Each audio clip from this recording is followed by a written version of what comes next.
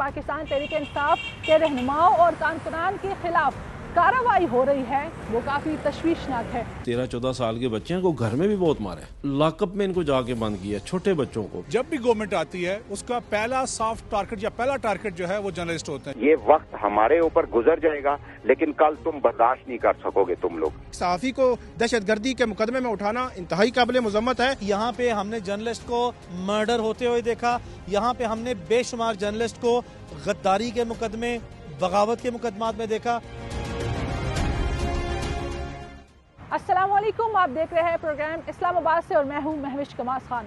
सियासतदानों का एक दूसरे पर इल्ज़ामात लगाना और इक़्तिदार में आकर अपने हरीफों के खिलाफ कार्रवाई करना हमारे मुल्क में एक आम सी बात समझी जाती है, लेकिन मौजूदा दौर में जिस तरह पाकिस्तान तहरीक इंसाफ के रहनुमाओं और कारकुनान के खिलाफ कार्रवाई हो रही है वो काफ़ी तशवीशनाक है। पहले तो सिर्फ सियासतदानों को पकड़ा जाता था, लेकिन इस बार सिर्फ रहनुमाओं और कारकुनान को नहीं बल्कि उनके खानदान वालों को भी निशाना बनाया जा रहा है। जब उनके घर जाया जाता है और कोई रहनुमा या कोई कारकुन नहीं मिलता तो फिर उनके छोटे बच्चों को उठा लिया जाता है, पुलिस उनको थाने में मुंतकिल करती है, उन पर तशद्दुद करती है और फिर उनके खानदान वालों को ब्लैकमेल किया जाता है कि अगर गिरफ्तारी नहीं दी तो आपके बच्चे इसी तरह थानों में सड़ते रहेंगे। सियासी रहनुमाओं के साथ ऐसा सलूक क्यों किया जा रहा है? हमने पाकिस्तान तहरीक इंसाफ के रहनुमा राजा खुर्रम और आमिर मुगल से बात की। राजा खुर्रम ने नामालूम मकाम से हमसे बात की और बताया कि ये पुलिस की कार्रवाई नहीं बल्कि सियासी इंतकाम है।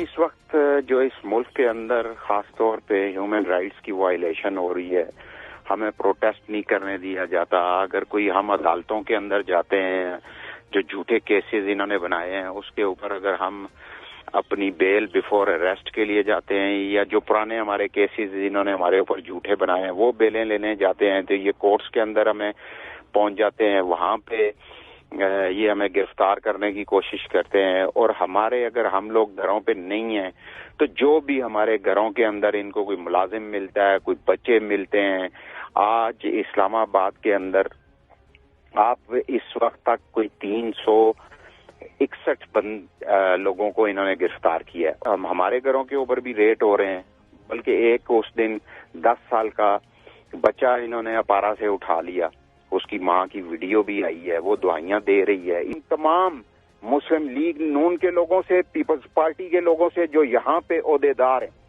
इस्लामाबाद के अंदर, जिनकी एफिलिएशन मुख्तलिफ पार्टीज के साथ है, मैं आज उन सबको ये कहना चाह रहा हूँ कि ये वक्त हमारे ऊपर गुजर जाएगा लेकिन कल तुम बर्दाश्त नहीं कर सकोगे तुम लोग।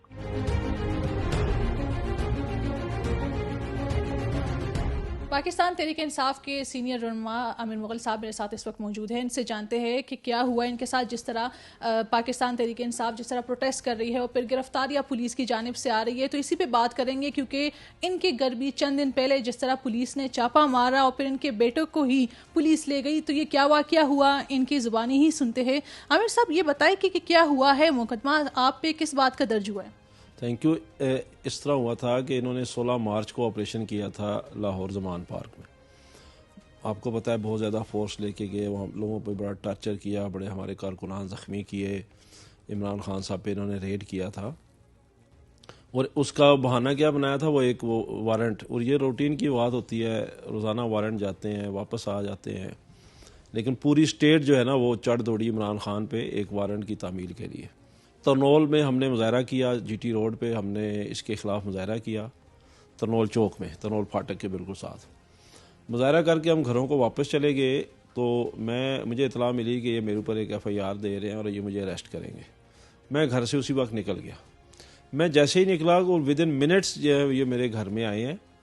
ये SP नौशेरवान इसको लीड कर रहा था, इसके साथ DSP असद अल्ताफ़ था और SHO मियाँ खुरम था और साथ कोई 40-50 से ज़्यादा पुलिस वाले थे।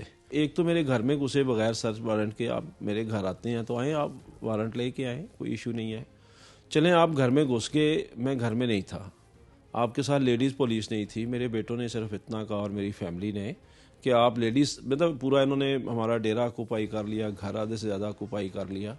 जो अंदर लेडीज़ साइड है वो एक वीडियो भी मेरे बच्चों ने बनाई है, आपने देखी होगी कि ये हमारे घर के अंदर जहाँ लेडीज साइड है उस दरवाजे पे खड़े हैं। पता नहीं इनको क्या ऑर्डर्स थे, नौशेरवान ने, असजद अल्ताफ़ ने, खुरम ने पुलिस वालों से कहा इनकी गाड़ी तोड़ दो, उन्होंने हमारी गाड़ी तोड़ दी, इनके घर का फर्नीचर तोड़ दो, वो इन्होंने सारा तोड़ दिया, बच्चों को मारा, ख़वातीन के साथ बदतमीज़ी की, फिर उठा के ले गए मेरे 4 बच्चों को और एक मेरा भांजा आया हुआ था उसको। SHO का मुझे घंटे डेढ़ बाद फ़ोन आया मियाँ खुरम का, मुझे कहता है बस सीधी सी बात है, ऊपर से बड़ा प्रेशर है, तुम आ जाओ तो हम बच्चे छोड़ देंगे। मैंने कहा चलो तुम बच्चे छोड़ दो, मैं आ जाता हूँ। बच्चों ने बताया जी कि जो 3 बड़े छोटे बच्चे थे ना, इनके सामने इन 2 बच्चों को जो बड़े हैं इनको मारते रहे। वैसे छोटे बच्चों को घर में इन्होंने बहुत मारा है, यानी कि जो 13-14 साल के बच्चे हैं को घर में भी बहुत मारा है। लॉकअप में इनको जाके बंद किया छोटे बच्चों को, फिर उधर इनको मारते रहे हैं। SP नौशेरवान खुद मारता रहे और खान साहब के बारे में करता रहा, मेरे बारे में करता रहा।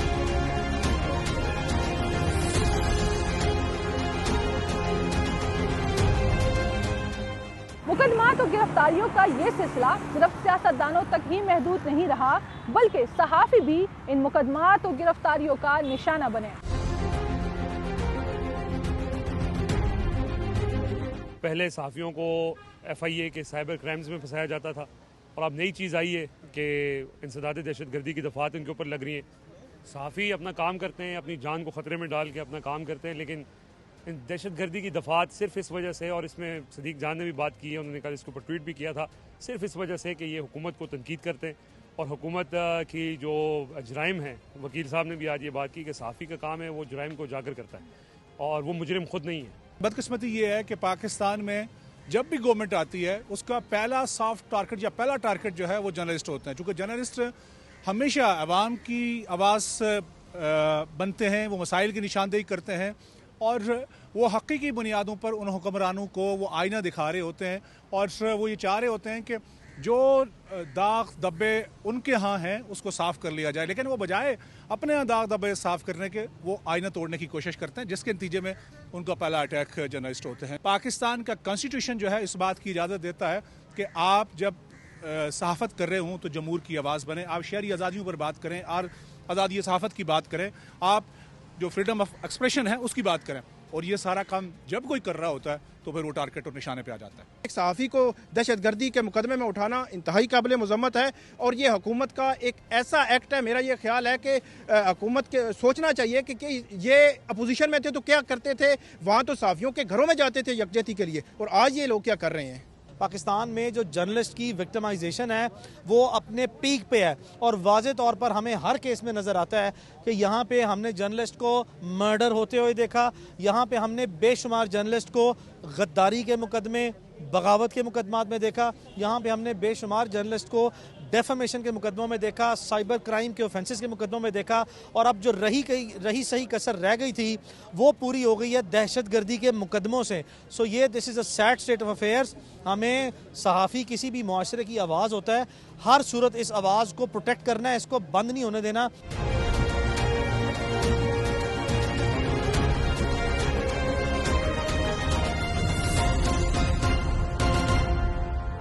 हुकूमत वक्त को सोचना होगा कि जिस तरह सियासी इंतकाम और इंसानी हकूक की पामाली की बुनियाद रखी जा रही है, कहीं वो इस मुल्क का मुकद्दर ही ना बन जाए। इस बारे में आपकी क्या राय है, कमेंट सेक्शन में अपनी राय का इजहार ज़रूर कीजिए। प्रोग्राम इस्लामाबाद से मुझे दीजिए इजाज़त। अल्लाह हाफ़िज़।